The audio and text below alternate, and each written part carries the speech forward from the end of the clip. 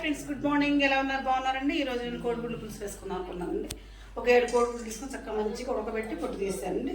కొంచెం ఆయిల్ పెట్టుకొని ఒక గుడ్డు వేయించుకున్నాను ద్వారా వేయించుకుంటే కోడిగుడ్డు కూర పులుసు బాగుంటుంది.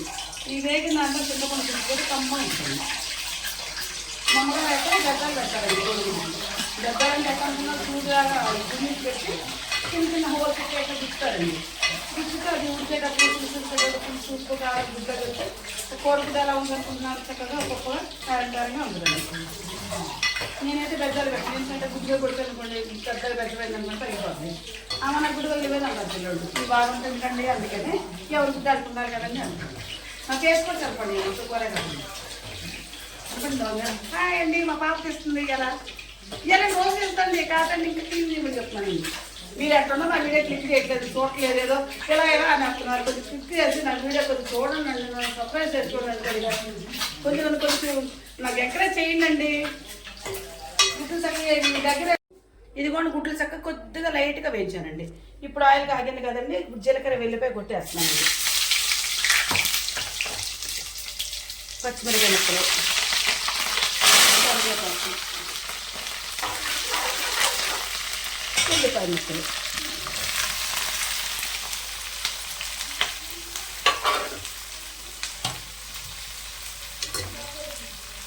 ఇది కూడా చక్కగా ఎన్ని వేసా కదండి.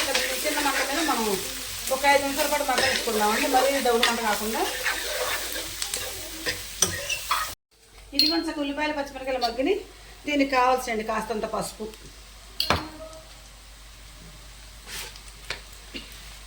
సరిపడ సాల్ట్, అంటే గల్లు పేసిన బాగానే ఉంటుంది కానండి, చేతి సాల్ట్ వచ్చేసింది. కొద్దిగా కారం, పచ్చిమిరపకాయలు వేస్తాం కదండి, కొద్దిగా కారం.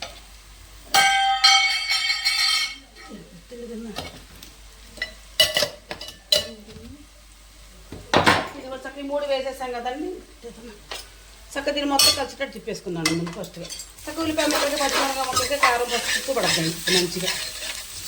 దీంట్లో చక్క మనం 1 నిమిషం మగ్గిన తర్వాత చింతపండు గుజ్జు చేద్దామండి.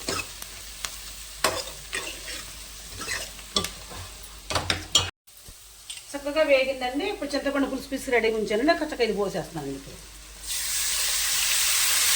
అలా ఎక్కువ కూడా పోయినాయి, సరిపడి పోసేస్తాను. ఇందులో గుడ్లు వేసేద్దామండి.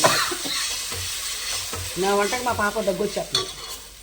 చక్కగా పులుసు వేసేస్తాను కదండి, ఇవి గుడ్లు కూడా వేసేస్తాను చక్కగా. ఇవి చక్కగా ఉడకాలి. ఉడికాక లాస్ట్లో అవకాశం ఉంటే కొంచెం ధనియాల పొడి వేస్తాను, లేకుంటే వేయనండి. నేనైతే కోడిగుడ్లు పులుసు ఈ విధంగా చేస్తానండి. నేను కోడిగుడ్లు పులుసు చేసే విధానం మీకు నచ్చితే నాకు ఒక లైక్ ఇవ్వండి. Please subscribe.